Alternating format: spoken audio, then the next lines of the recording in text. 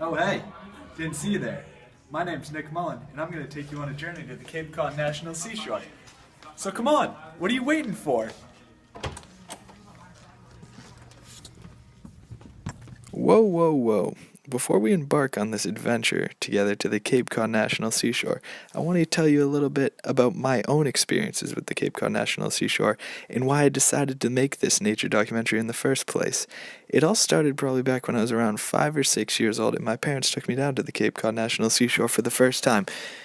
When we walked down those sand dunes and onto the beach, my breath was taken away by the natural beauty that the Cape Cod National Seashore possessed. There were seagulls squawking, waves crashing. Everything was just so calm and relaxed that it made for an experience that I've never really had on any other beach that I've gone to. When I really think about it, I think that's the reason why I made this documentary in the first place.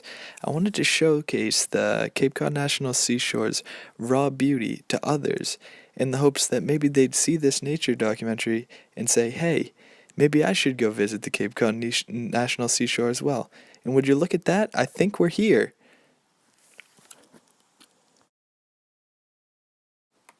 The Cape Cod National Seashore was first founded in the year 1961 by President John F. Kennedy.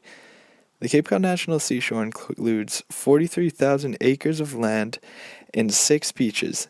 These beaches are Herring Cove, Coast Guard, Marconi, Nauset Light, Head of the Meadow, and Race Point. Right now, we're at Nauset Light Beach, which is located in Orleans, Massachusetts. Now, you'll notice as we walk down Nauset Light Beach that there aren't any hotels or complexes built anywhere near the seashore. This is because when John F. Kennedy passed the legislation in the year 1961, he strictly prohibited any building of any sort near the national seashore. He did this because he feared that if people built close to the seashore, contamination and pollution would follow and kill a lot of the species that inhabit the Cape Cod National Seashore.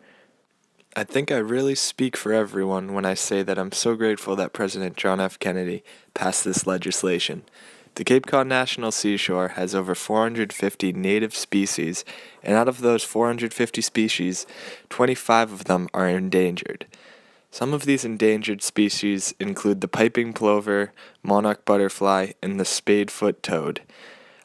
The park rangers and volunteers that work for the Cape Cod National Seashore work hard to protect these species from harm.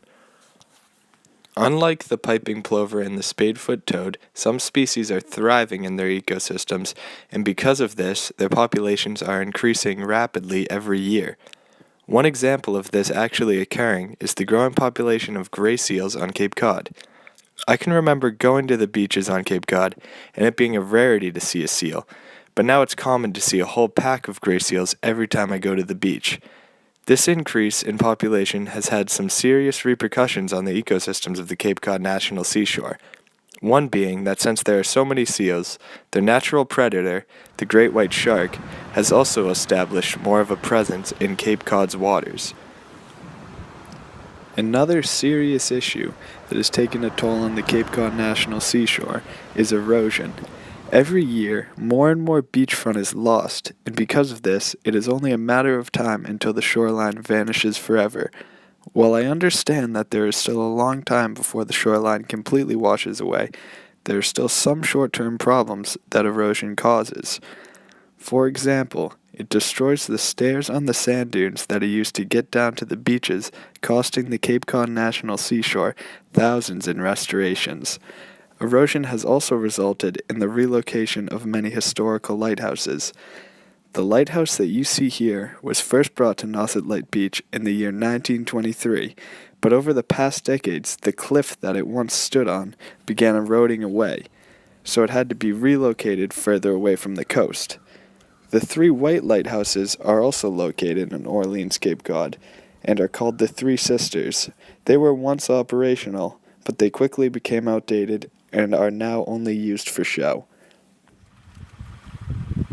The lighthouses on the Cape Cod National Seashore merely scratch the surface of the historical things that can be discovered there. One great resource to use if you are trying to find some historical sites on the Cape Cod National Seashore is to visit the headquarters located at Marconi Beach.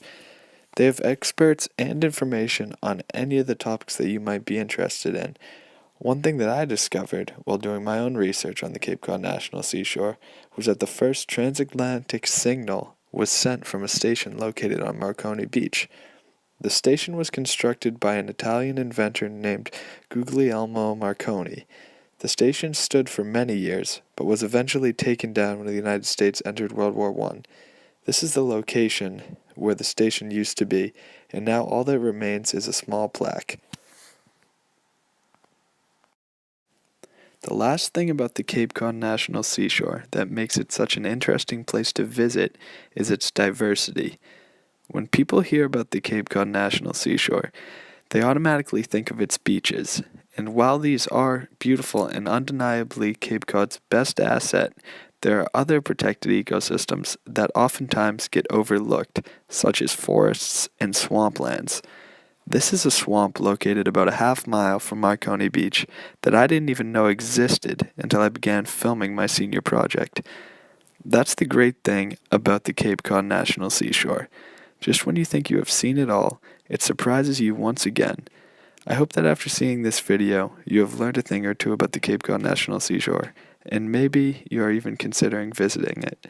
Also, just in case you are still unsure about whether or not you should visit, I have included an interview with a longtime visitor of the Cape Cod National Seashore.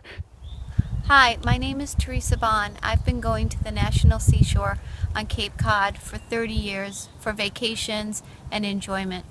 What do you enjoy most about the Cape Cod National Seashore? What I enjoy most is when you go to the beaches, there's a number of different beaches and each one is unique. And when you walk maybe a quarter of a mile away from where you've set up your umbrella, you're enjoying the water, the lifeguards, all of a sudden it's like a different world. It's completely isolated. It's you, the seals, the fish, the sand, and you can really think and enjoy. And everywhere you look, it's just nature and ecology. It's beautiful. As of right now, do you think that the Cape Cod National Seashore is being preserved? I do. I think what is wonderful is they allow people to come there. You will see crowds and crowds and crowds every summer, and yet there's constantly conservation work going on. They are preserving the piping plovers, they're preserving the seal nesting grounds. We've been there, and there have been hundreds of seals on land, and the conservationists are making sure that those animals are protected, but yet we can still observe them in their natural habitat, which is so valuable for young and old alike. In addition, you'll see that when there's damage from storms, they build new and better stairways. Sometimes they use the sand alone, so it recreates a natural environment. I'm always very impressed, and the price to get in to the parking lots allows them to continue to do that good work. All right, thank you for your time. What is your favorite memory from the Cape Cod National Seashore? I have many favorite memories, but my favorite memory would be being there with my children when the waves were very, very big. This was last year. The air was very cold. There wasn't a person on the beach. The lifeguards thought we were crazy. And there were my two sons in the water together, enjoying the weather, regardless of what it is. It's such a beautiful place, and I'm so glad it's being preserved.